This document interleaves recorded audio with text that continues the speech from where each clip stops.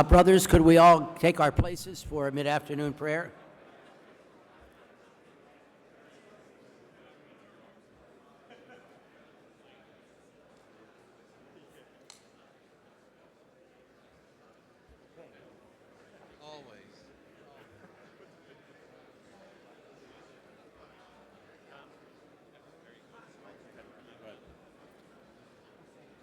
God, come to my assistance. Lord, make haste to help me. Glory to the Father, and to the Son, and to the Holy Spirit. As it was in the beginning, is now, and will be forever. Amen. Hallelujah. Spoken by the prophets, spoken the unchanging word, each from age to age proclaiming God the one, the righteous Lord. Mid the world's despair and turmoil, one firm anchor holding fast, God eternal reigns forever, God the first and God the last. God has spoken by Christ Jesus, Christ the everlasting Son, brightness of the Father's glory, with the Father ever one. Spoken by the Word incarnate, God of God, ere time was born. Light of light to earth descending, Christ as God in human form.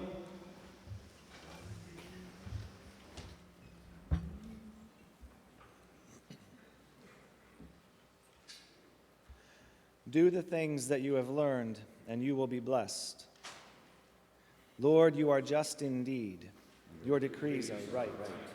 You have imposed your will with justice and with absolute truth. I am carried away by anger, for my foes forget your word. Your promise is tried in the fire, the delight of your servant.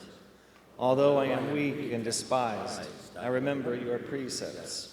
Your justice is eternal justice, and your law is truth.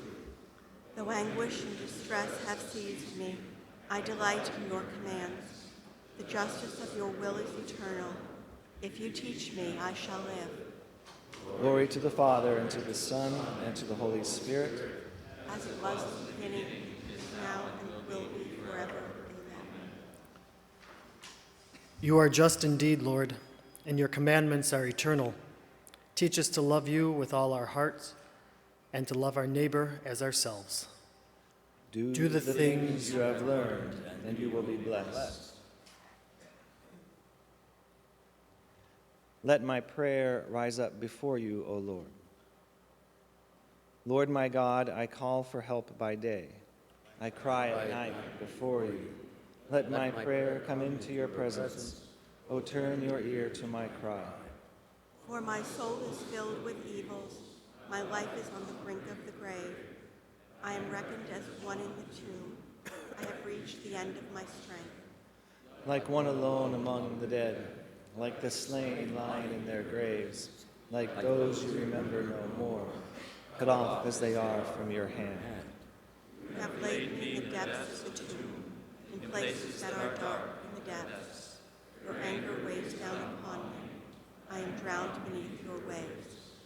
Glory to the Father, and to the Son, and to the Holy Spirit. As it was in the beginning, is now, and will be forever. Amen. Let my prayer rise up before you, O Lord. I cry to you, O Lord, do not hide your face from me. You have taken away my friends and made me hateful in their sight. Imprisoned I cannot escape.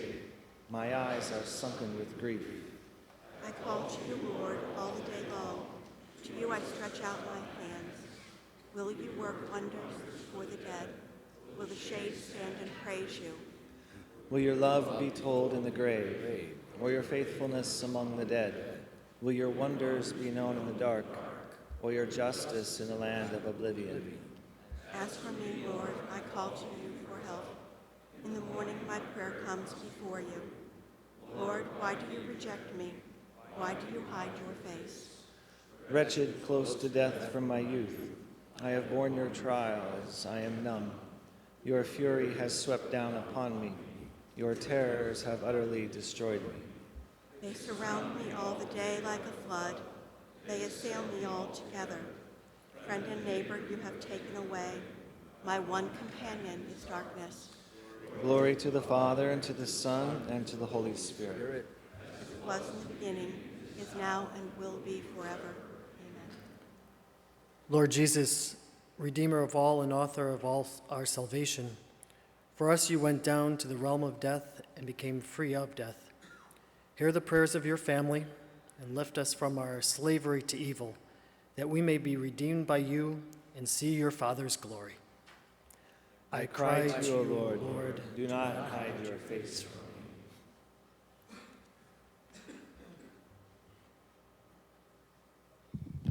me. Just as from the heavens the rain and the snow come down, and do not return there till they have watered the earth, making it fertile and fruitful, giving seed to him who sows and bread to him who eats, so shall my word be that goes forth from my mouth. It shall not return to me void, but shall do my will, achieving the end for which I sent it. The Lord has sent his word to the earth. Swiftly runs his decree.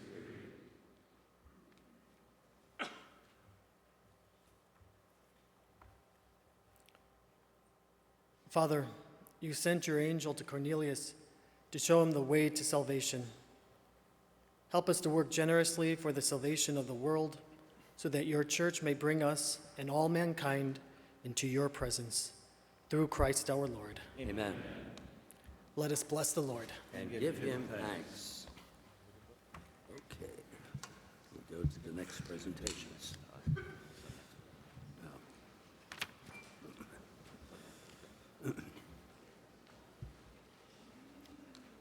Brothers, we move now to three presentations, somewhat like we would do in action items, but three presentations. One from Committee on Clergy, Consecrated Life and Vocations, Cardinal Tobin, and then Executive Committee 1, we're going to have Archbishop Vigneron do that, and finally Bishop Daly from Canonical Affairs. While we do these three, one after another, and some time for each one, it may be necessary at one point to introduce two small speakers who are going to come in because of problems with their planes getting out. So when we deal with Dr. Heather Bandis and Monsignor Lajeunesse, we're going to have to see when we can fit them in. So outside of that, we'll just move ahead. Cardinal Tobin, please.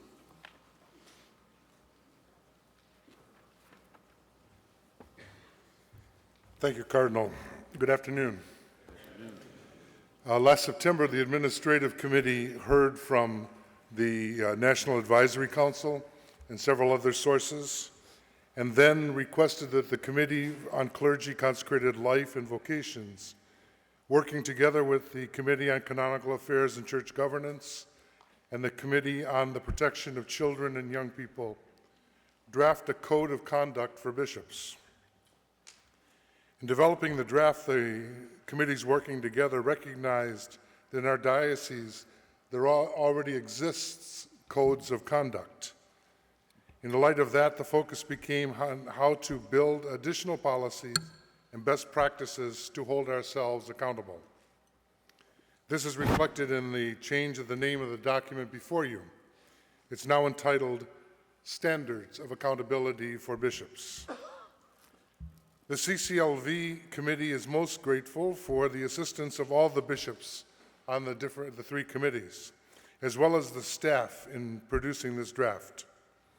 After further consultations with all of you last Saturday, the CCLV provided a modification chart indicating the accepted recommendations to the text. You have that chart on red paper before you. We ask that you review the accepted modifications and submit any emendations you would like to be considered by the CCLB committee, which will be working tonight.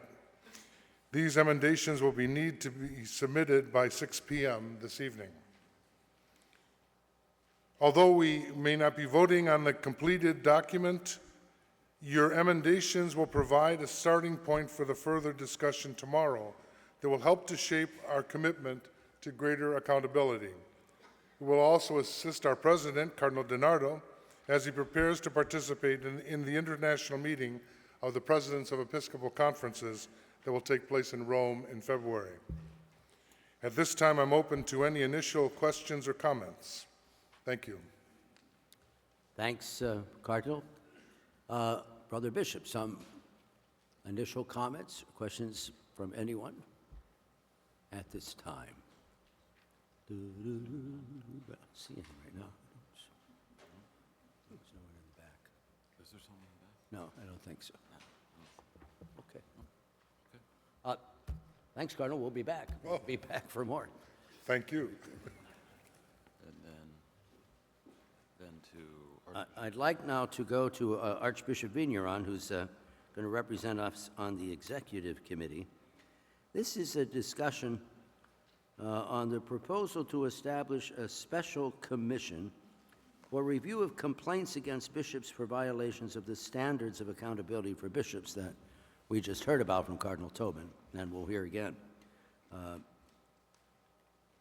Archbishop Vigneron is chairman of the Committee on Doctrine, secretary-elect of the conference, has been gracious enough to present on behalf of the Executive Committee. Thanks, Archbishop. Thank you, Your Eminence. Good afternoon, brothers. I've been asked, as the Cardinal said, to offer the preliminary presentation on action item number 5, which, of course, as the Cardinal has indicated, we will not be voting on at this meeting. This item addresses the possible establishment of an entity called the Special Commission for Review of Complaints Against Bishops for Violations of the Standards of Accountability for Bishops. Admittedly, a very long title, the Special Commission. My presentation is significantly longer than Cardinal Tobin's was, but I think it's precisely to help all of us have an overview of this document so that you can propose the amendments that you feel will improve it. The original concept of this formal statement of the body was to establish the mandate for the Special Commission and certain of its key features, but to leave open other details that would require further research, analysis, and consultation under the supervision of the task force that our president is forming to move us forward. The goal was to have all the details worked out and all foundational documents fully developed, so that the body might be able to review and decide on these documents at our June 2019 meeting. Then the entity could have been activated shortly thereafter. In light of the recent change to our agenda, the body will not be deciding on the general direction or initial details, but instead will continue deliberating on that possible direction and those details. Thus, the draft document before us becomes a focal point for our discussion about a commission of this sort. My own way of thinking about it is it's something of a sketch. The details are not filled in. The substance of our discussion in these days will then be entrusted to the task force for further development. The meeting of the conference presidents in Rome in February will be an important moment in that ongoing development. Our goal remains to produce the foundational documents of a new entity for this body to review and potentially approve. but the schedule for achieving that goal is now much harder to predict. And of course, there is always the possibility that we may eventually change course and pursue an entirely different method for investigating complaints. In order to use our time at this meeting as fruitfully as possible, the Executive Committee, and I speak on their behalf now, the Executive Committee asks that you still plan to submit amendments by 6 p.m., which the Executive Committee will still review and incorporate tonight.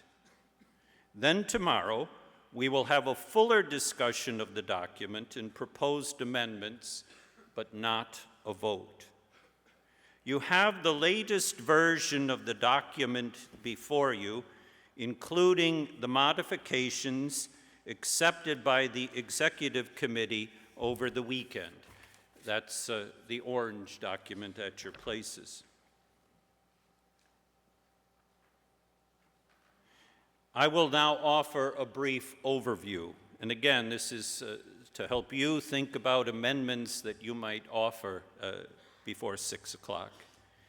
In short, this commission would serve as a central cog in the overall system that Cardinal DiNardo has proposed, a system designed to reflect, as he said, proper independence, sufficient authority, and substantial leadership by laity. And that's a pledge he made in August during his presidential statement of August 16. The commission is designed to avoid infringing on the jurisdiction of local bishops and the Holy See. Indeed, its purpose is precisely to aid bishops and the Holy See in fulfilling their shared responsibility to protect the vulnerable. Paragraph 5 of the proposal explains that the commission, and I'm quoting now from the document, would serve as a concrete means by which the bishops, within the limits of their own authority, would assure that complaints against bishops under the standards are examined with expertise and independence and in a manner consistent with applicable canon and civil law. This in turn would aid the Holy See in exercising its authority under church law with respect to those complaints. So now about the functions of this commission. Here are the functions the commission would perform. It would receive the complaints collected by the third-party reporting mechanism of violations of the standards of accountability for bishops. So this is about the mechanism that Archbishop Gomez spoke about earlier today, and about the standards that were just presented to us by Cardinal Tobin. Where those complaints involve the sexual abuse of a minor, the commission would report the complaints promptly to civil authorities consistent with applicable law. For all complaints, the commission would provide an initial notice of the complaint to the Apostolic Nuncio and would commence an investigation of the complaint. The end result of that investigation would be a substantial report that the commission would provide to the Apostolic Nuncio for his consideration and disposition as is proper to his office. Now about membership. Here is how the commission would be constituted. There would be 9 members of the commission, 6 lay and 3 clergy. The chair and vice chair of the commission would be chosen from among the lay members. The lay members would include experts in law enforcement, civil law, canon law, and psychology or social work. The lay members would include a victim survivor of clerical sexual abuse and include as well a woman religious. The clergy members of the commission would be one priest, the chairman of the USCCB Committee on the Protection of Children and Young People, and the chairman of the USCCB Committee on Clergy, Consecrated Life, and Vocations. The commission would be staffed adequately, including by an executive director with expertise in investigations and by expert consultants as needed for particular investigations. Now about governance. Here is how the commission would be governed. It would be housed in a separate, nonprofit membership corporation. The corporation would have a board of directors consisting of a combination of laity and clergy. The board of directors would choose the non-bishop members of the commission from a slate of nominees identified by the National Review Board. Commissioners would serve a term of 4 years, renewable once. The corporation would issue an annual report. That report would include, among other things, aggregated information about the commission's work, such as the number of complaints received, investigations performed, and reports issued. Finances. How is the commission to be funded? Funding for the commission would come from contributions that U.S. dioceses make directly to the commission. For those bishops and dioceses that choose to participate, this would be akin to the assessment paid to the conference, though far smaller in amount. Funding would not come from the conference or through the conference. We're told that the estimated annual fixed cost of this commission would be about $500,000, which would be allocated among participating dioceses according to a formula. There would also be incremental costs per case. It is not yet determined whether to spread those costs among all participants according to the same formula, or to have something of a user fee, or perhaps some combination. This is one of the questions that will require further study. Now, in regard to authority, here are some points regarding the authority of this proposed commission. The commission is designed to respect the authority of the local bishop. Like the charter before it and like the standards of accountability for bishops, which are now on the table, it does not override the will of the bishop, but instead relies on his consent. For example, the commission can only access evidence in the possession of a bishop or his diocese if that bishop consents to it. Each bishop would decide whether to provide consent to such access individually before any complaint might be filed. Bishops who provide that consent would be identified in the annual report of the corporation. The commission is also designed to avoid encroaching on the authority of the Apostolic Nuncio, or the Holy See. The commission only investigates as described above and provides the nuncio with a substantial report based on that investigation. The nuncio may then do with that report as he sees fit. Thus, the report of the special commission to the nuncio regarding a bishop could be seen as akin to the report of a diocesan review board to a local bishop regarding his priest. So in conclusion, This is the end of the points I would make about action item 5, the Special Commission for Review of Complaints against Bishops for violation of the standards of episcopal conduct. At this time, Your Eminence, I would welcome any questions of clarification.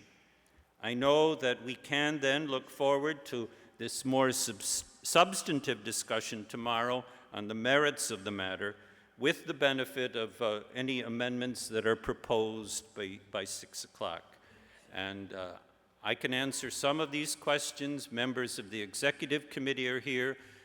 The Chair of Canonical Affairs is also available. So, Thank you, Archbishop Vigneron. Thank you very much. We will take a few observation questions right now. So, Archbishop Sample.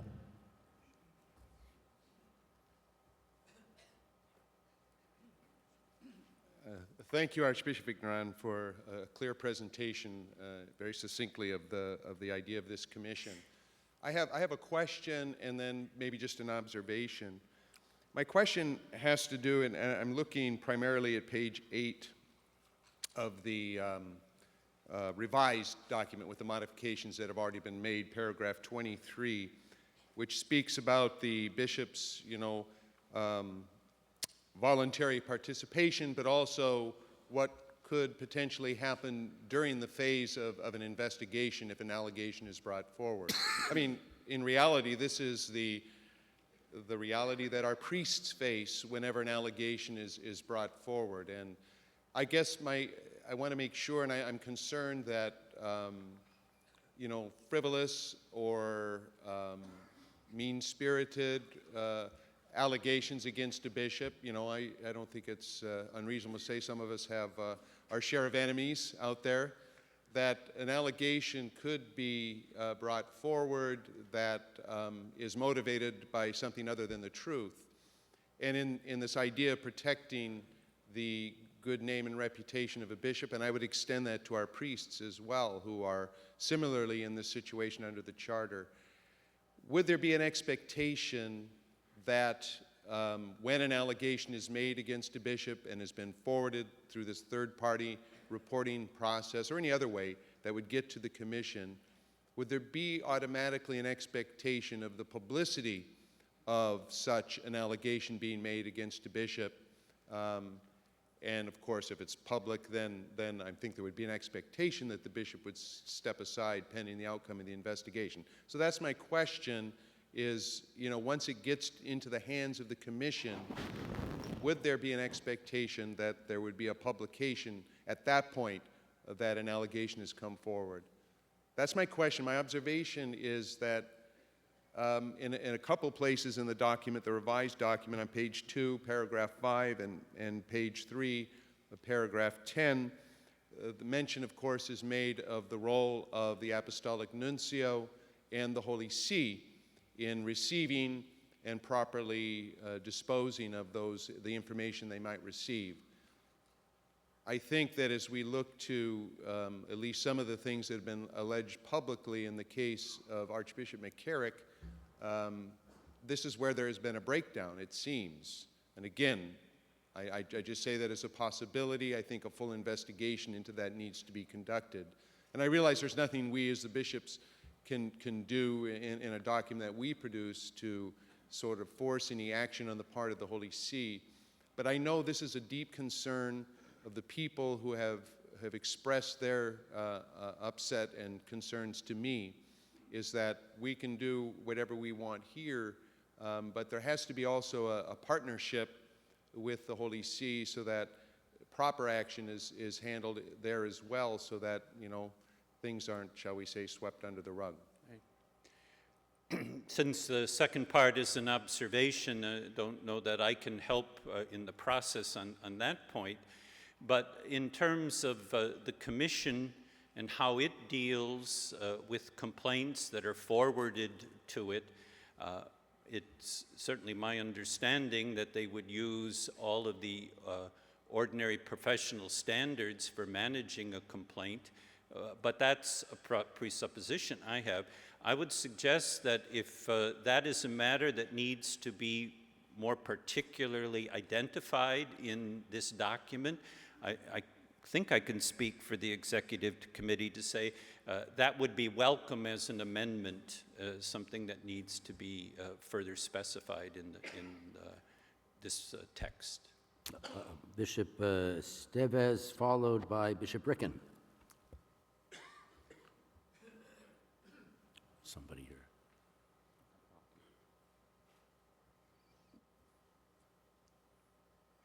Very, very fine work. My question is related to 21 and 22.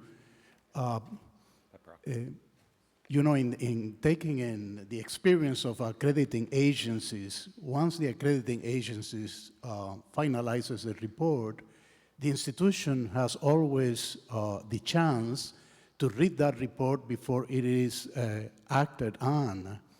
I wonder if the bishop, there is a concern on 22 to be fair to the bishop, and I welcome that, that concern, but wouldn't it be fair that the bishop receives the report as well before the nuncio receives it, or at the same time that the nuncio receives it, so that he would be aware of what is being reported? Bishop Estevez, I don't mean to sound like a broken record on this, but it's my understanding from the committee, these are precisely the points that the committee welcomes our input on. And so I would suggest the best way to test that is to make an amendment, and then that can be reviewed, and that gives the whole body the opportunity tomorrow in the discussion to respond, and then we can move it forward. Cardinal, I'm understanding the way you have in mind, right, for this? Sure, this is what it's all about. In fact, this presentation right now is kind of initial, so some of you might be making comments that might be better actually for tomorrow, but everyone is welcome to give but it's about getting amendments. Yeah, it's what you want. Okay, Bishop Ricken, followed by Bishop Kikanis. I think all of these initiatives are going to be very helpful. However, I know that you have this in mind to receive clarity from the Holy See about who has competence, especially in regard to an emeritus bishop and the diocesan bishop, in case the emeritus is accused of something present or in his past, who has competence to investigate that and to look into it.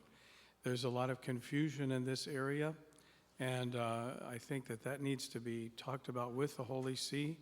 And if competence is passed to the diocesan bishop to investigate it, that should be very clearly done in some kind of decree or letter delegating the diocesan bishop to do so. Otherwise, things get more and more clouded and confusing about who's in charge and what is their competence, what is our competence. And certainly that competence issue has to be worked on together with the Holy Father and the Holy See. Thank you. Bishop Kikanis, followed by Bishop Soto. I mean, clearly we're struggling to find ways and actions to hold bishops more accountable. My concern is with both regard to the third-party proposal and this proposal. It seems to me that we already have a process where complaints can be brought through the Metropolitan and then to the Nuncio. And if it's a matter of getting our people more aware of how to do that, I think that could be done. It seems like we're adding something which maybe doesn't have a particular purpose. With regard to this particular proposal, it seems to me that we're asking for a review board for the Nuncio, and perhaps he should formulate one. I mean, I think it's been immensely helpful to us as bishops to have people we can consult with about the viability or credibility of a particular allegation and to help us investigate it after the police have already done that. It just seems to me, and furthermore, I would hope that there are not going to be hundreds and hundreds of allegations against bishops. So what this group will do consistently over time is a question. It seems to me we already have a process. It should be reported to the Nuncio. Surely it would be helpful perhaps to have lay consultation in this process. But it just seems to me we're struggling to find ways to hold ourselves more accountable, and I think we have some ways. We need to improve that, I think, surely. But anyhow, that's my thought. Thanks, Thank you. Bishop Kikinis. It's a subject for discussion tomorrow, I would think, as well as even now. Archbishop Vignon, you had some comment? No. Bishop Soto, followed by Bishop Mark Seitz. Just wanted to ask a question of the thinking of the committee with regards to the role of bishops on both the commission and as well as the board of directors. Now, my understanding is that the inclusion of a board of directors for the corporation seems to be a recent addition to this, and would also include laity and clergy, I'm presuming, bishops.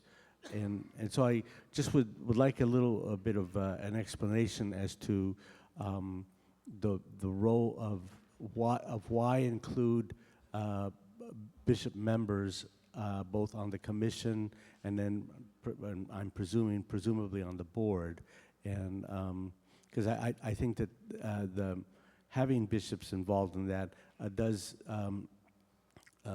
raise some questions among the faithful as to whether it is truly independent.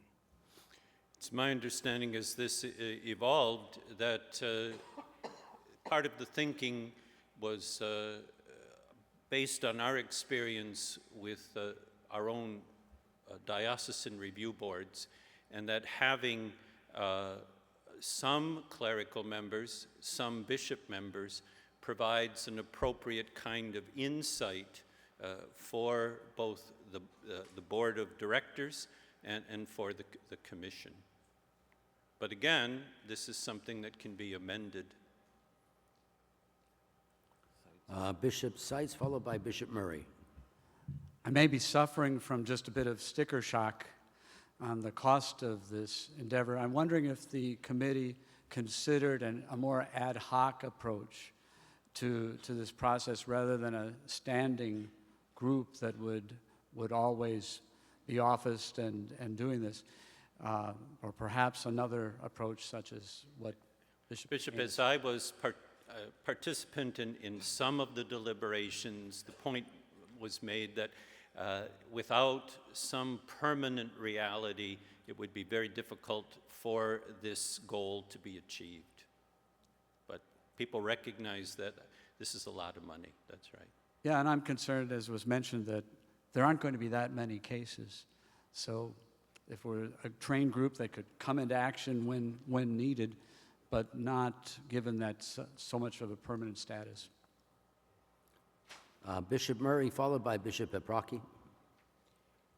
Your Eminence, my question was the same as Bishop Ricken, the question about competency, so I pass. Okay. Bishop Epraki, followed by Archbishop Wensky. My question is a clarification regarding the Board of Directors. So I've seen various drafts on this through the Committee on Canonical Affairs and Church Governance, but it appears that in the revision we got yesterday, this paragraph 17 was added regarding the Board of Directors, and paragraph 16, beginning on page 5 at the bottom, gives the membership of the Commission. But the new paragraph 17, beginning with line 120 on page 6, it talks about members of the Commission whose term is not defined. Ex officio will be appointed by the Board of Directors. The last sentence, the Board of Directors will consist of a combination of laity and clergy. Other than that, it doesn't seem to say who's on the Board of Directors and who, if it's a self-perpetuating board, who appoints the first board. My understanding, Bishop, from the deliberations I was present at is it was left not decided, so that it's something that does need to be filled out. And I'm not going to play a lawyer because in Maryland I might get sued for, I'm not in the bar. Well, that bar anyway. But it's my understanding that the way this is now figured is it's a membership corporation with then a board of directors and then a commission underneath that. And certainly I can defer to the general counsel if I've gotten that wrong. But I think in terms of who appoints the first members of the board, that would be the members of the membership. Do I have that right, Mr. Piccarello? He said I'm right on that, but it isn't specified. You're correct. Thank you. And if I would say, Bishop, if you think that there's some wisdom that you could have on that, I believe I can speak for the committee that be good to get that. Okay, thank you. But it is that organization which I think a lot of us wind up using in our various corporate realities of a membership corporation, a board of directors, and then the people who do the work, the commissioners. Thank you. It would seem to me that before we set up a commission to report to the nuncio, do we have any understanding or idea that the nuncio would welcome any input from this commission that is to be established? If the nuncio is not interested in receiving information from this commission, it would seem that it would be an exercise in futility. I don't, I'm not, I wasn't part of those discussions. Yeah, do we have a response for that? I don't know that we would, Archbishop Wensky, have a particular response to that at this point. We're still very much in the deliberations of the work. Bishop Dealey, you had some comment on that. I would just say that it would be in keeping with the process. In other words, we as bishops choose to use this kind of commission to put together the information that would, by law, be referred to the nuncio for referral to the Holy See in keeping with the norm of law. Okay, Archbishop Lurie, followed by Bishop Brennan from Baltimore.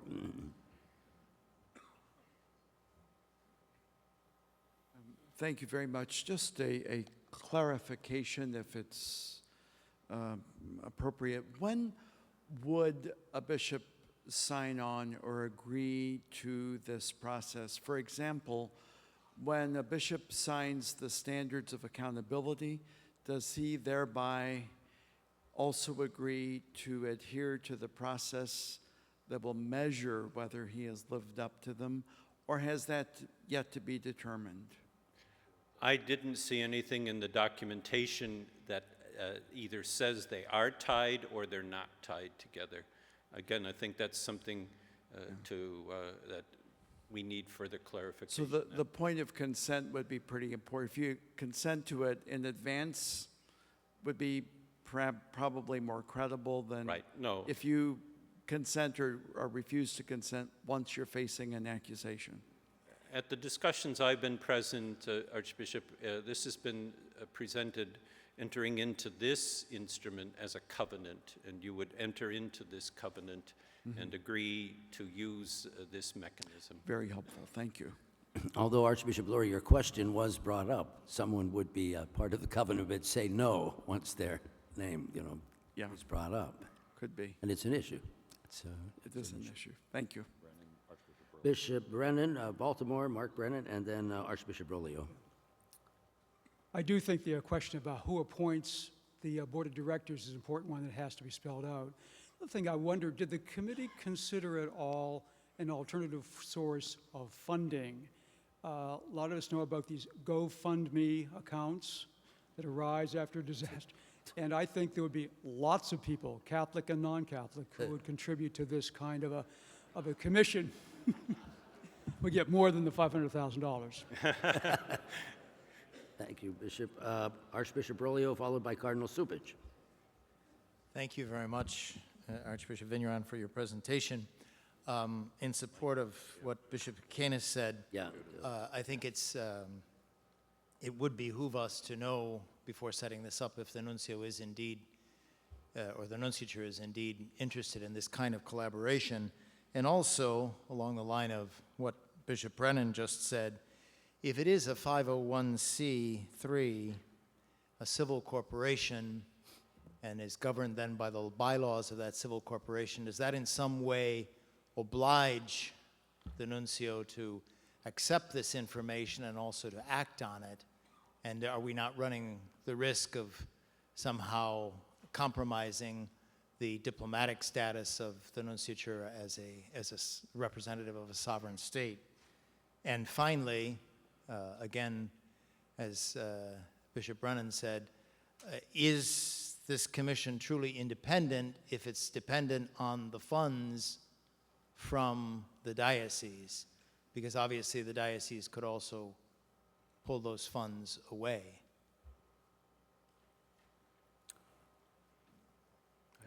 Do you have any comment to make on that, Anthony? Sure.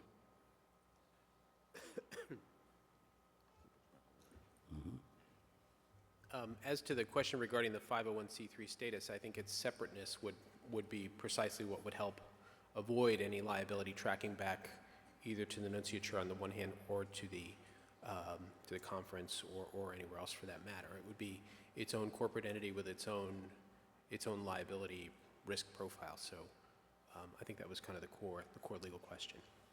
Okay. Cardinal Supich, followed by Bishop McElroy. Thank you, Archbishop Vigneron, and your committee for work on this. I want to pick up on something that Bishop Kakanis mentioned and drill down a little bit to ask whether or not the ecclesiology that we bring to any discussion was really considered as this proposal was being crafted. Because it seems to me that we are separating this function away from the operation, the life of the church as a separate entity, when in fact, as he pointed out, we already have a system through metropolitans, through the conference, and so on.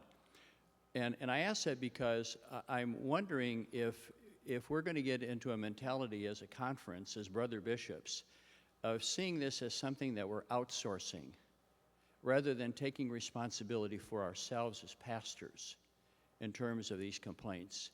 Are we going to say, well, you got a complaint, go to this group here. I'm not going to deal with it.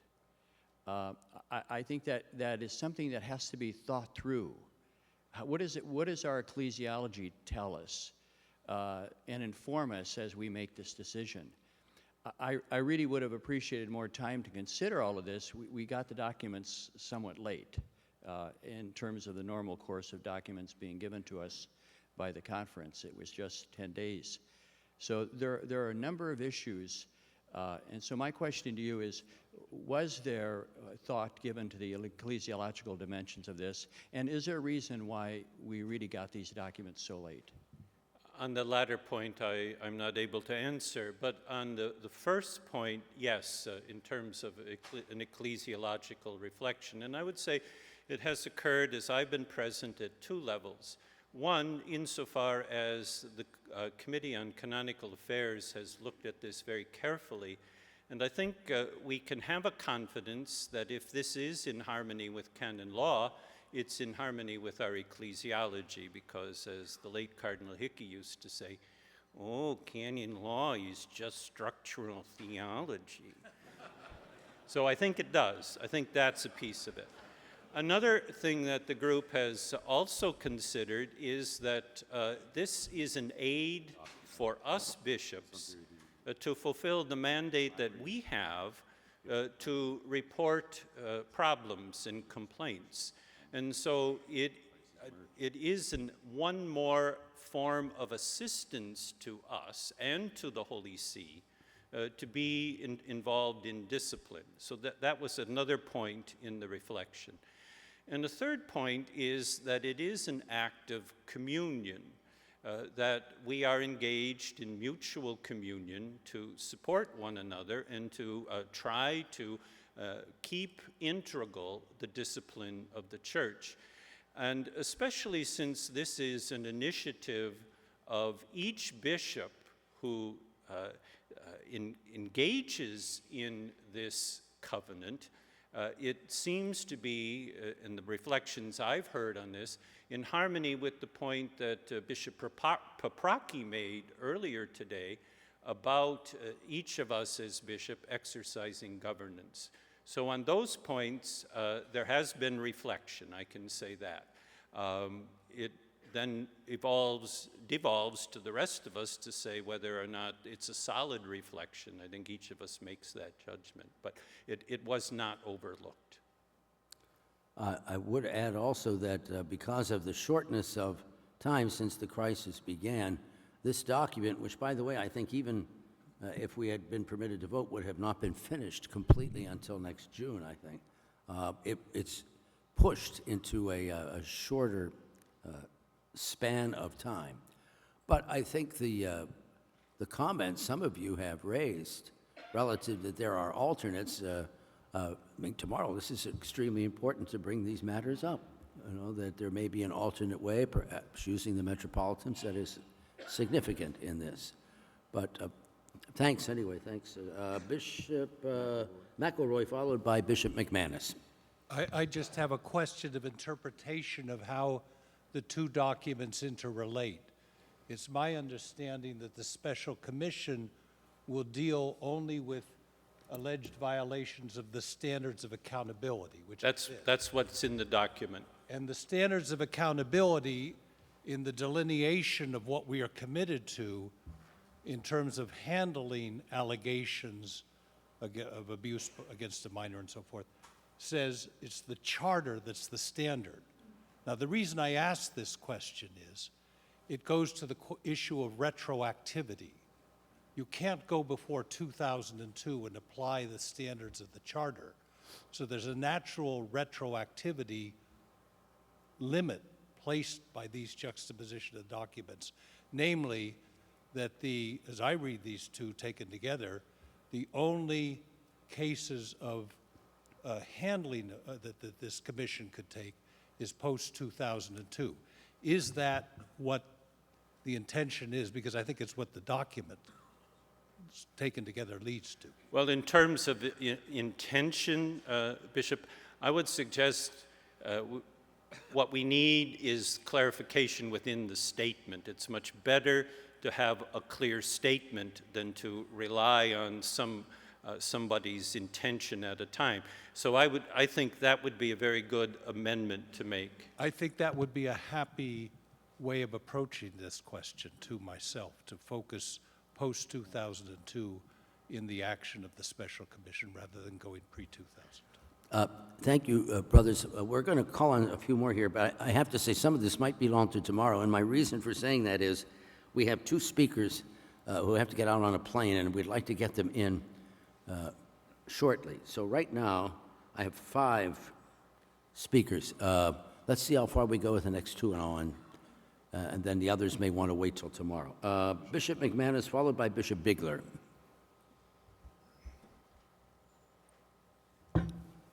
2 points for clarification. The first, presuming that when the third-party reporting mechanism receives a complaint, presuming that it will not accept a complaint that's anonymous.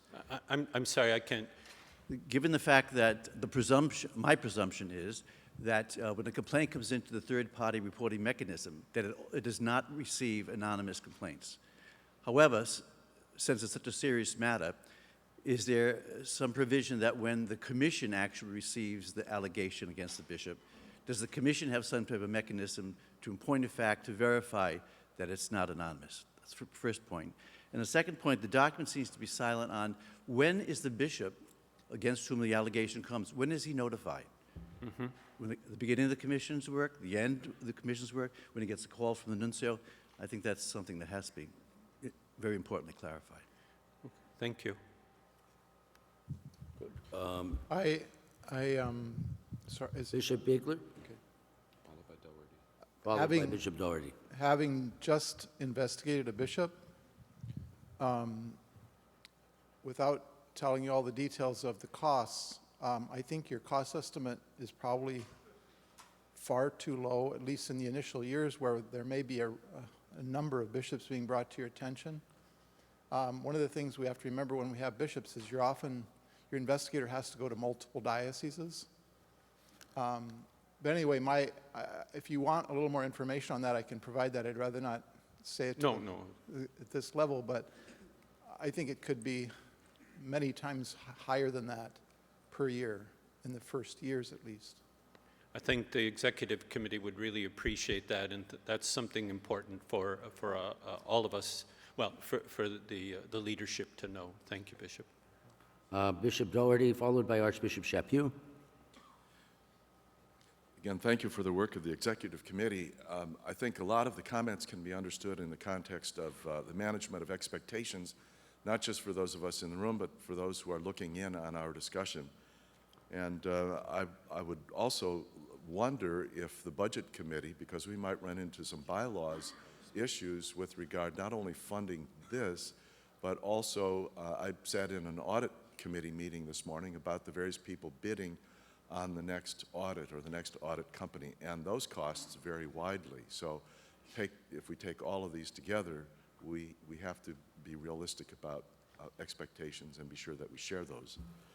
The other thing, in terms of a commission to investigate an allegation, it may not be a straight line thing as we feature, because some civil jurisdictions have said, and some dioceses and archdioceses, as I understand from my reading, have agreed to stipulations that saying they will not do an internal investigation of a crime until the police or the local people have gotten involved, not least of all to protect the rights of either a complainant or a victim. So it's not an idea that we write our rules and then just shoot off with them. So that's going to be a consideration as well. Thank you. I think you're very right about that, Bishop, and I think we're all very careful not to be impeding or be seen to impeding the civil authorities. That's very important. Archbishop Chaput, followed by Bishop DiMarzio, who now is the last one. So, Archbishop Chaput. Thank you, Your Eminence. I'm on the executive committee, so I've been part of the earlier discussions. When I first became a Metropolitan Archbishop many years ago in Denver, I asked the nuncio what responsibility I had or authority, and he more or less told me I could have the funerals of bishops who died and call meetings, and that was all I could do. I really do favor using the Metropolitan and the Metropolitan Review Board for these cases. I think it'd be cheaper. We involve the laity because most of our review boards are lay people. And, you know, in the case of the Metropolitan himself, he could be reviewed by the suffragan bishop and that bishop's review board. But that would require that the Holy See give Metropolitan archbishops more authority than we have. And when we discussed this at the executive committee level, some people thought it would be easier for us to develop this independent commission than to get the church to change canon law. But I think we ought to look into the possibility of changing canon law, because we already have structures that would be much less expensive. The laity are involved as we want them to be involved, and then it would be naturally the information would go to the nuncio. So perhaps the way we should proceed is to ask for a change of the law, or a different interpretation of the law, at least. Finally, Bishop DiMarzio. I'm concerned about the issue of confidentiality. The document states that the commission will do everything in its power to restore the good name of a bishop that's been accused. Well, when is this going to become public? I know in our own diocese, when priests are accused, how difficult it is to restore the good name. Just remember the old nursery rhyme, Humpty Dumpty. You know, when it falls off the wall, you're not going to put it back together again. So there has to be a point where confidentiality is important.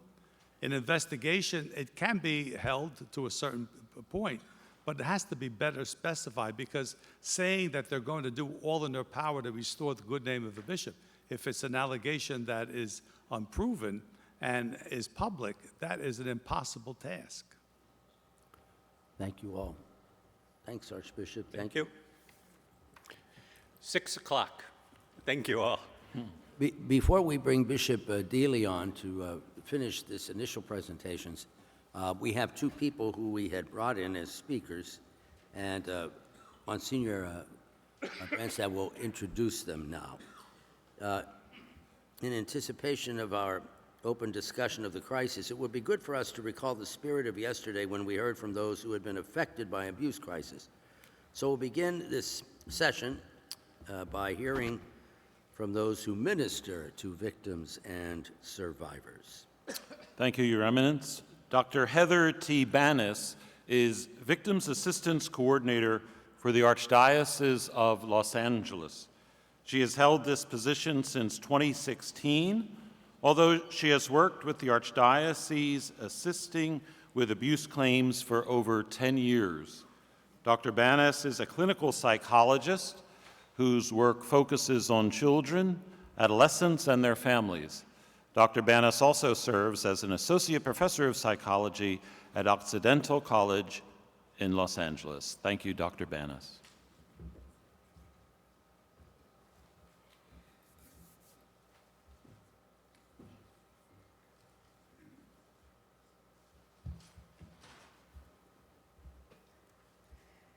Good afternoon. Good afternoon. I have to confess, this is surreal. I'm very, very honored to be here and very grateful for the invitation and for the confidence in me to try to speak to this important topic. When I began my career as a psychologist, I never envisioned that I would be doing what I'm doing today. But I'm very grateful that I am. If you'll bear with me for just a moment, Saint Therese said, "May today there be peace within, and may you trust that you are exactly where you are meant to be. May you not forget the infinite possibilities that are born of faith in yourself and others." And so I stand here today believing as best I can that I'm where I'm meant to be. But I hope that you believe you too are also where you're meant to be, and that together we're going to make this work. Where should I point this? Okay, thank you. I want you to know that when Archbishop asked me to do this, my first thought was, how can I possibly speak for all of my colleagues, my wonderful colleagues around the country, for all of the people that I collaborate with in my own archdiocese and across the country, and most importantly, for all of the victim survivors who I hope to serve and we collectively serve. And so the first thing I did was put the word out and ask for input. So what I'm sharing with you today certainly does come from my own experience in many respects, but it also comes from my journey with victim survivors and their families, those who have been harmed in the ripple of effects of clergy sexual abuse, from those who work with them and have been a part of this healing process. Because those important sources of lived experience have to be at the center of what you consider today and going forward. It has to be at the center. And while everything that I share with you today, and I believe my colleagues would say the same thing if they were all up here with me, everything that I share with you I'm able to share because of what we have learned from victim survivors. And we have learned so much. But it shouldn't be their burden to teach us. They were children, and they were betrayed. What I'm going to try to do in the next few minutes is speak to you about best principles. Because if I can leave you with anything today, I hope it will be a set of principles to help guide you as you develop best practices. We certainly have best practices, and that was the topic that I was given. But as I reflected on it, I felt it more important to leave you with best principles and then some of the practical implementation of those principles. So that's what I'm going to try to do for you today. I've had a chance to watch some of the footage from the presentations that you heard yesterday. And I know what you heard yesterday was powerful And it reminds us yet again that it all begins with listening. We need to listen to those who've been harmed. We need to listen to those who have been impacted. And we have to listen not just to make policy or put a new procedure into place, but to truly understand the fullness of the impact of what happened in order to be able to nurture a healing experience. And that healing is not going to happen overnight. It doesn't happen with a settlement. It doesn't happen with 20 sessions of therapy with a trauma-informed psychologist, despite all their expertise. It's a journey, and it's one that I'm very privileged to accompany many people on, but it is a journey. And we need to prepare ourselves for that. We need to continue to listen and listen deeply for understanding. So, practically speaking, what does listening do? It brings people who were harmed and left in the shadows into the light. And those who were harmed deserve a response. Everybody deserves a response. Some days it feels like there are too many people who need a response. The phone keeps ringing off the hook, the emails keep pouring in, but everybody deserves a response. We need to respond. I would encourage you, if you aren't already, to dedicate some time in your own schedules regularly to meet with and listen to victim survivors. Listen unfiltered. Not through me or my colleagues, not through attorneys, not through media, but face to face. Because we learn from hearing their sacred stories. And we honor them in those moments. That's very much what I try to do. But it's very different when you do it. And I can speak to having witnessed that, sitting with victim survivors, sitting with Archbishop, and the power of that exchange can be remarkable. So I encourage you to lean in, to get closer, to engage with the victim survivor, and listen in a way that allows you to put understanding into action. I also encourage you to think about diversifying the voices that you listen to. This is a dialogue. I'm hearing you all dialogue about the code of conduct and the commission and the third-party reporting. It's a dialogue, and we learn from that process.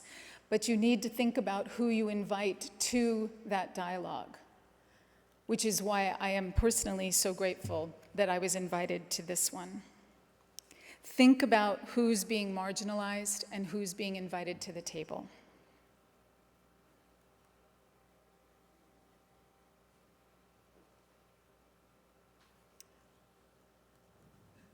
Okay. Clergy sexual abuse is a betrayal trauma. It's a betrayal trauma because the person who was harmed by someone they should have been able to trust. When we betray someone, we have to work very hard to earn back trust. And we do that by demonstrating trustworthiness. You don't say, "I'm sorry, I'll do better." You demonstrate trustworthiness. So much of the best practices around resolving a betrayal trauma have to do with how you receive word of the betrayal trauma. You start by a predisposition to believe. So many victim survivors come forward only decades after because they never expected to be believed. So many victim survivors will tell me or send me an email response and say, "I didn't expect anyone to even respond to me." So we start by engaging and by believing. We do address the betrayal trauma in part with an apology. And you can apologize for what has been suffered. And I believe you can apologize for that early on as you're hearing what's happened. It takes down the defenses. It's not about proving it from the get-go. It's about, I am so sorry for all you have suffered, and I'm here to listen to whatever it is you have to tell me. You demonstrate trustworthiness by saying, you have the right to report this to law enforcement. And then, as I'm sure many of you already do, we re-report it. We as the Archdiocese, you as the bishop, you re-report it. We are demonstrating our trustworthiness. To that end, one of the most practical suggestions I can have for you is that you develop relationships with people in your local law enforcement and child protective services.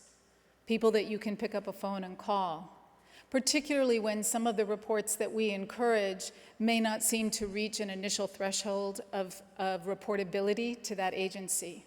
So when you can pick up the phone and call Detective so-and-so or Captain so-and-so, it helps.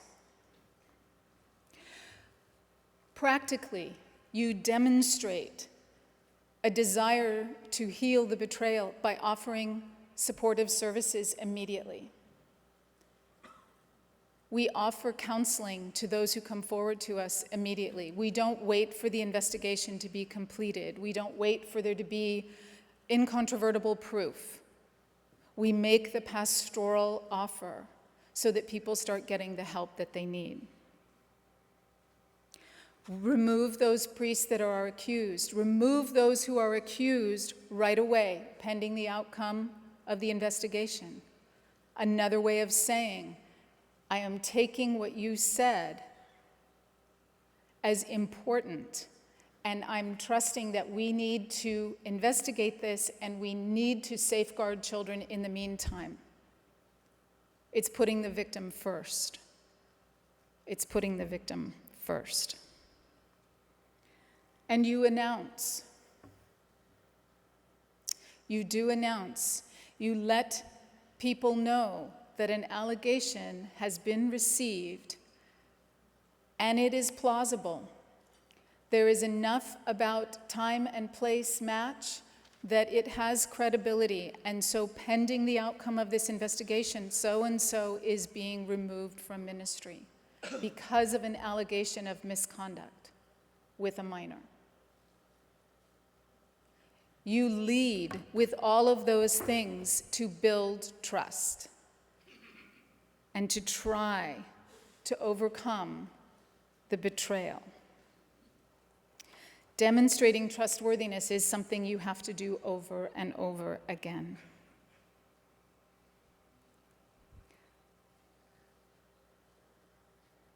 Victims of clergy sexual abuse have been silenced. They were silenced by their youth. They were silenced by their trauma. They were silenced by the expectation, the very well-founded expectation that they would not be believed. They were silenced, even if they were believed, by the expectation that they not do harm to the church, or with the explanation, but he's a good priest, or the expectation to get over it. By hearing, by listening, by truly understanding, you bring the victim survivor out of silence. And by putting into action what you've learned, what you're learning from working with victim survivors, you are helping them to feel heard and to feel believed. So you post. You post the names of credibly accused priests. And in the cases of priests who are long deceased, or for some other reason it's impossible to do the kind of investigation that would be warranted, if it is plausible, you post. And in doing so, some pretty amazing things can happen. If there are other victims of that priest, it encourages them to come forward. I know firsthand what it's like when you receive the first allegation against a priest. That's the only one. There's nobody else that's come forward. And I'm left thinking, okay, is this the first? Are there more? But the victim is left thinking, maybe I'm the only one.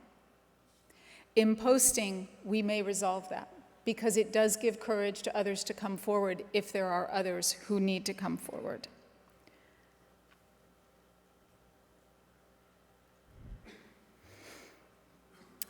Be accessible. Part of being heard is having access to the person who you need to hear you. So make yourselves accessible, or continue to be accessible to victim survivors and to your victims assistance coordinators. Every single victim survivor I work with teaches me something new. I learn something different about the impact of the abuse and about how I might better respond. And so having regular access to Archbishop makes my work thrive and informs him. Trust that relationship and make yourself available both to the victim and to the victim's assistance coordinator. Other ways that you can show that you've heard: pray for victim survivors at every Mass. Speak about what you've learned in your homilies. Write about it in the things that you publish regularly throughout your diocese and archdiocese. Keep on saying, we can talk about this. Keep on saying, our God, our faith, our church is big enough. We can be here and talk about this. We can get through this. It's messy, it's difficult, it is painful, but we can do this. And when you lead the conversation, you're saying, we can talk about this. And then when you listen and invite people to speak with you about it, now we have a meaningful dialogue going on. That's where the possibility of change lives. I've said before, think about who you bring to the table for those conversations. Make sure you're diversifying the voices at the table. And then keep communicating about what you've learned, what you're doing, how things are changing.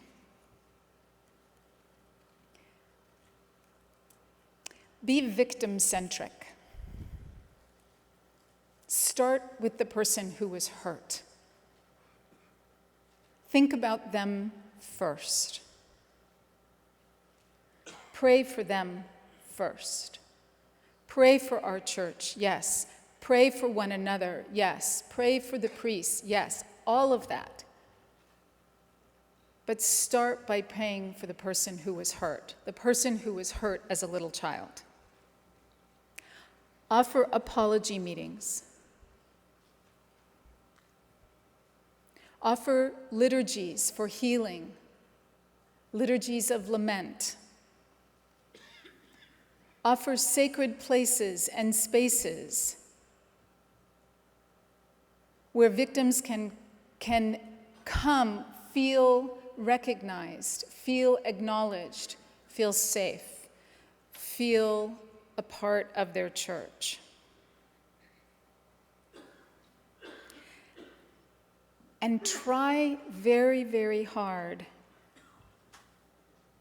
to accompany, to move out of the isolation where it's us and them, and come together as people of God and accompany one another on this journey. We need you to change the way things happen, but you need them to understand how to make those changes meaningful. We need to accompany one another. As best you possibly can, don't act from a place of fear. I'll tell you, as a trauma psychologist, the part of your brain that's working when you come from a place of fear is the most primitive part of your brain, the least evolved, the least nuanced. And it's a good thing we have that part of our brain. That's the part that helps us run away from that saber-toothed tiger that's chasing us. And you don't want to think about that. You just need to run and run fast. So thank God for that part of our brain. But this isn't a saber-toothed tiger. And when you come from a place of fear, you're precluding the exercising of some of the most important gifts of your experience, of your intelligence, of your compassion. Try to come from a place of confidence. Confidence that we're all here and meant to be here and doing this in this time. And remember that people change in the context of relationships. They may be inspired by something they read or inspired by something they see, but we change in the context of relationships. We are wired to be social beings. And so the ways in which you engage in relationship with those who have been harmed, that's where both of you, all of us in the church, that's where we'll be changed. That's where we'll grow.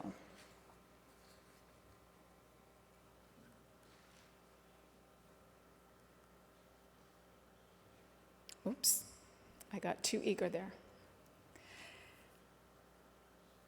We've been actively doing the good work that we're doing in safe environment, in child abuse prevention education for some 16 plus years.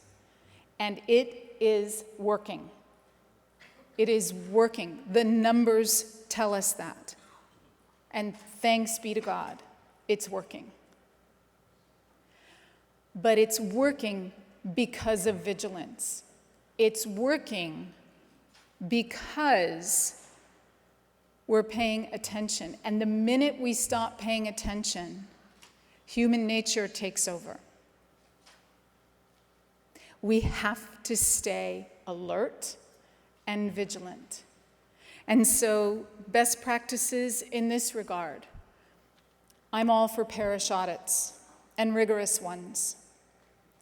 I'm all for removing anyone in the church, even if just temporarily, if they aren't maintaining the standards that we've expected of them in terms of taking their Virtus class, being current in their certification, enforcing the codes of conduct for interacting with minors and youth. If we don't hold everyone in the church accountable to that, then it becomes meaningless. And nothing is more painful than to take an allegation and go and look into the background on the people involved and find so-and-so is out of compliance on this. So please, in a practical way, know that your vigilance and the way in which you expect that of everyone in your diocese is so important. You set the tone and change the culture.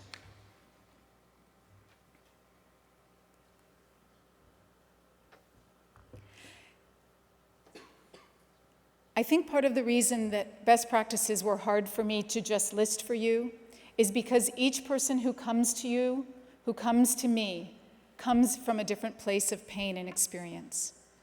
So I can't just give you the laundry list.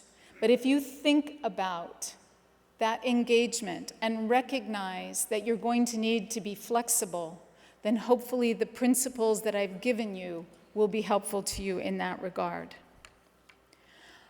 I've listened to you talk about minors and adults, and I will say that our review board does take all adult cases.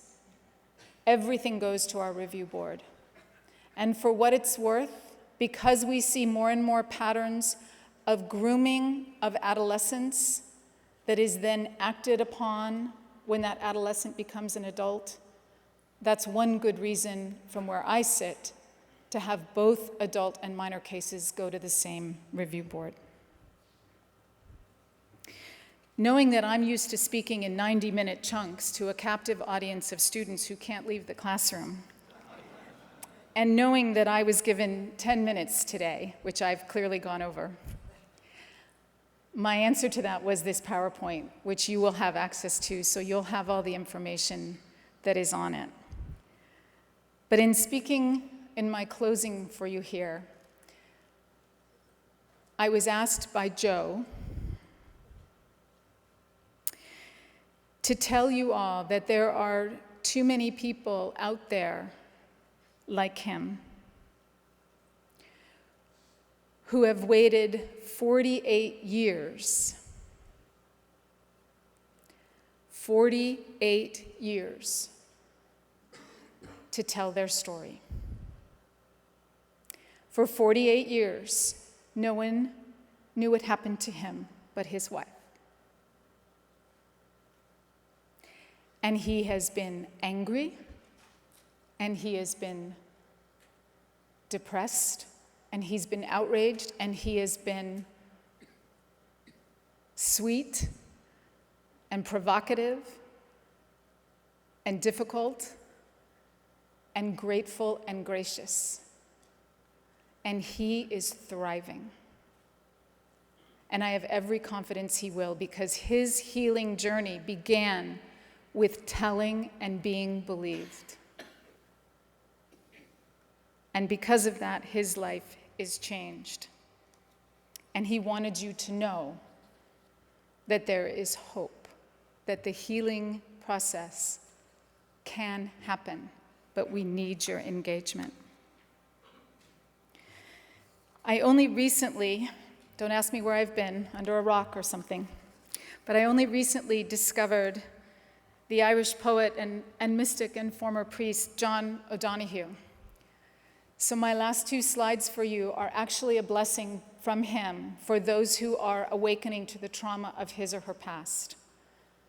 And I'll leave that with you, but I want to draw your attention particularly to the second slide of his blessing, where he says, "May you be blessed with a wise and compassionate guide who can accompany you through the fear and grief until your heart has wept its way to your true self."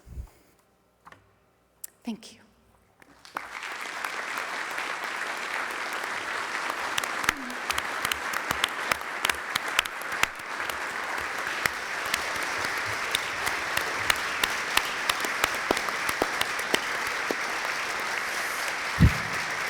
Thank you, Dr. Banis.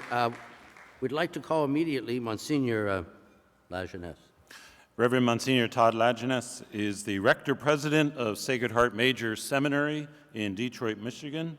Monsignor was ordained to the priesthood in 1995. He served as priest secretary to Cardinal Edmund Sciocca, President of the Pontifical Commission of Vatican City State from 1997 to 2000. In 2000, Monsignor was appointed Director of Undergraduate Formation at Sacred Heart Major Seminary. In 2003, he was appointed to serve as Dean of Studies, and since 2002, he has served as Sacred Heart's 13th Rector and President. Thank you, Your Eminences, Your Excellencies. I'm very grateful for the opportunity to offer some brief observations regarding seminary culture, the strengths, the challenges, the opportunities as they relate specifically to policies regarding sexual abuse, sexual harassment, and seminary formation today. I was asked to present to you in my current role as the president of the National Association of Catholic Theological Schools, an organization of theologates and schools of theology in the United States and Canada who meet once a year and who have strong collaborative relationships with the Association of Theological Schools and also the USCCB. Specifically, Bishop Boyer, Bishop of Lansing, and a member of the Committee on Clergy, Consecrated Life, and Vocations, serves as the Episcopal liaison to our group. And in preparation for today, I've been in contact with Father Mark Lakovich, rector of Borromeo Seminary in Cleveland and president of the National Association of College Seminaries. Bishop Olson, Bishop of Fort Worth, also a member of the CCLV committee, is the Episcopal liaison for this group.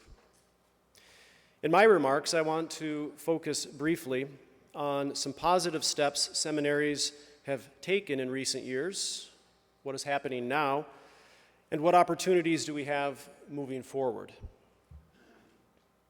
So to assess the recent past, it seems appropriate to review two things briefly. The final report of the apostolic visitation that took place in seminaries throughout the United States during the academic year 2005-2006, and the expectation, number two, of having clearly stated sexual harassment policies that comply with accreditation standards today. First, the apostolic visitation overseen by the Congregation for Catholic Education was comprehensive, and it provided an accurate assessment of the state of seminaries just a little over 10 years ago. The visitation was intended to be thorough and included questionnaires, interviews, and reports. While it's not the scope of this very brief presentation to review all the findings, the final report provided a number of important observations about the current strengths of seminaries as well as areas that need attention.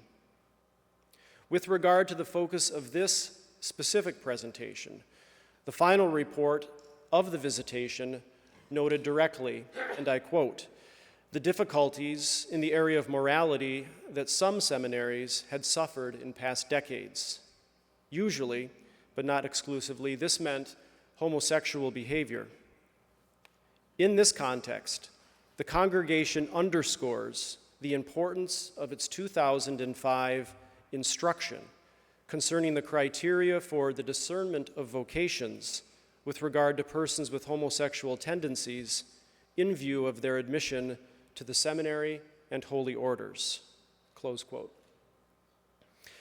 Seminaries and houses of formation need to deal with these issues promptly and appropriately.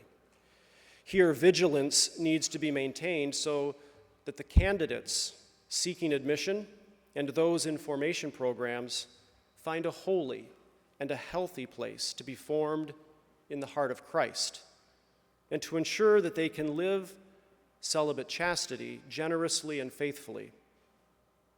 Specifically regarding celibate chastity, the visitation report notes that it was most encouraging to see how much time and energy the seminaries put into teaching theology of celibacy as lived for the kingdom. And in the general conclusion, the report observes, and I quote, "There is no doubt that in recent decades, U.S. seminaries, along with seminaries throughout much of the Western world, were in flux. This led to a breakdown in structures, which had a negative impact on priestly formation. A false sense of freedom was sometimes cultivated, which led to the throwing off of centuries of acquired wisdom in priestly formation." Close quote. A second step forward in recent years has to do with sexual harassment policies. Today, many seminaries in the United States are accredited, particularly theologates, by the Association of Theological Schools. As a part of the accreditation process, schools need to demonstrate that they have appropriate policies for grievances and for harassment. Specifically, most seminaries now have policies for sexual harassment and protocols for reporting either in a catalog, a rule of life, or also in a handbook. While these policies are critical for accountability and support a much healthier institutional culture, seminary leadership needs to make every effort to ensure that these policies are an actual lived reality. And so what is happening now? At the annual meeting of the National Association of Catholic Theological Schools, which took place about 6 weeks ago, rectors from around the country had the chance to have some extended conversations about how they are currently addressing the crisis. 3 points seem to resonate with many of the rectors. Number one, listening, having listening sessions with the seminarians, faculty, and the staff, a fresh look at boundaries as they exist in a seminary formation program, and new pathways for reporting. With regard to listening sessions, The rectors noted that they were having multiple listening sessions with seminarians, faculty, and staff. These sessions have proved to be very helpful and have been opportunities for students, staff, and faculty to receive accurate information as well as to build trust. They also provided a means for people to express some frustrations. And finally, the listening sessions have given the opportunity to restate existing policies on reporting and to encourage freedom in reporting. Another area that was discussed was the unique way in which seminary formators and faculty need to be attentive to boundaries. In a seminary environment, which is naturally and essentially evaluative, priests and faculty need to be particularly attentive to the power differential that exists between faculty and seminarian. To that end, a clear understanding needs to be maintained when the seminary seeks to form a healthy and a vibrant community, and also form patterns for healthy and virtuous priestly ministry. Given the unique nature then of seminary community and seminary formation, clearly articulated guidelines for appropriate boundaries need to be maintained. Finally, new pathways for reporting. A number of seminaries have already instituted new and/or additional pathways for reporting. In addition to those pathways that are already in place in seminaries, a third party or external reporting has been considered by some seminaries, and some have adopted these pathways already. In some cases, the third party is a completely separate resource, and for other seminaries, the third party is the diocesan hotline. In either case, these additional pathways for reporting have been instituted or are under consideration today. And finally, what opportunities now do we have moving forward? There are a number. Here I'd like to offer a few possible points moving forward. Number one, that bishops help seminaries remain vigilant regarding the norms for human formation and admission into a seminary, as stated in the program for priestly formation. And I quote, "The goal of psychosexual, social, and spiritual development should be to form seminarians into chaste, celibate men who are loving pastors of the people they serve. This includes a lifelong commitment to growth, which means continuously integrating one's sexuality into a life and ministry shaped and expressed by celibate chastity." As the PPF states, the level of insight or their self-knowledge and their willingness to address important human issues, their psychosexual development, can be important gauges for their readiness to enter a seminary program. Number two, as the PPF 6th edition is developed, that the annual formation reports for seminaries, the evaluations or scrutinies, demonstrate clearly that they have articulated criteria that are helpful for both bishops and the seminary as an accurate means of assessing the readiness of the candidate, specifically in the area of celibacy, if the seminary does not already do so. Number three, seminaries must be communities rooted in virtue and not in any way ever permit predatory behavior. To that end, the quality of the priest faculty at seminaries must remain a priority for the bishops, particularly but not limited to those bishops who oversee a seminary in their diocese. And finally, the protocols for seminaries, for seminarians who are dismissed, are well articulated in the current norms of the PPF. That there be a renewed commitment to those protocols. Also, it would be helpful to utilize particular aspects of the norms for those who voluntarily leave, so that dioceses and seminaries have a complete picture of the candidate at the time of departure. As now I conclude, I turn briefly again to the final report of the Apostolic Visitation. In the conclusion of that report, it states, and I quote, "Let bishops, major superiors, and rectors, as well as all who are involved in running the nation's seminaries and religious houses of formation, take comfort in the notable improvements that have taken place, and spare no effort in ensuring that those generous young men who offer themselves today for the priesthood, whether diocesan or religious, receive a formation that is equal to the generosity they are showing. Thank you again for this opportunity to share with you some observations regarding seminary formation. Your deliberations here will certainly help us form the next generation of healthy, joyful, and holy priests who are ready for a lifetime of ministerial service after the heart of Christ. Priests who are saints. Priests with the courage of the North American martyrs. Priests who manifest the mercy of Blessed Solanus Casey. And priests with the missionary zeal of Venerable Father Michael J. McGivney. That is our task. It is a sacred task and a blessed task, and we ask the Holy Spirit to continue to guide us in this wonderful work. Thank you.